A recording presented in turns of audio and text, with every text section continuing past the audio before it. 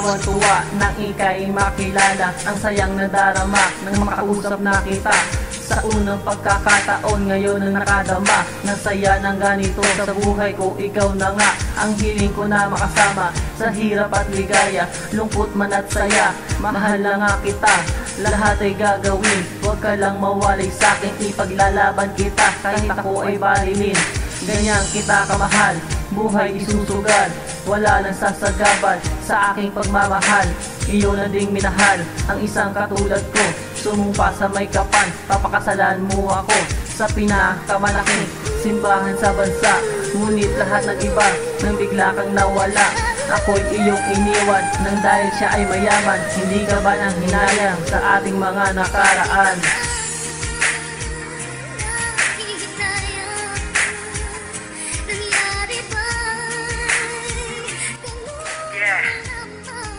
Ilalahat ko lang ang nais kong sabihin sa'yo.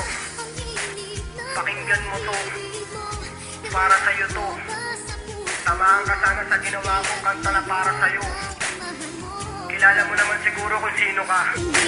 Hindi ka ba nang binayang sa atin dalawa? Sa relasyon natin na tinayo, bigla ang nawala. Hindi mo ba naaalala ang ating nakaraan? Kung sa tutuusin ay masarap sanang balikan, na ako lamang at ikaw ang may karapatan na panghawakan mo ang buhay ko at iyong pagmasdan mo ang aking ginagawa. Kung tama to o mali, laking pasasalamat ko dahil ako ang iyong napili. Ng isang babaeng tulad mong akala ko anghel, yun pala pakitang tao lang dahil nagpipigil. Isa ka rin pala nakahanay sa walang kwenta na babae na hanggang sa umpisa ka lang pala. Tapos kung magpaalipin sa'yo, iiwan mo na lang ang katulad kong binata na nagmamahal lang.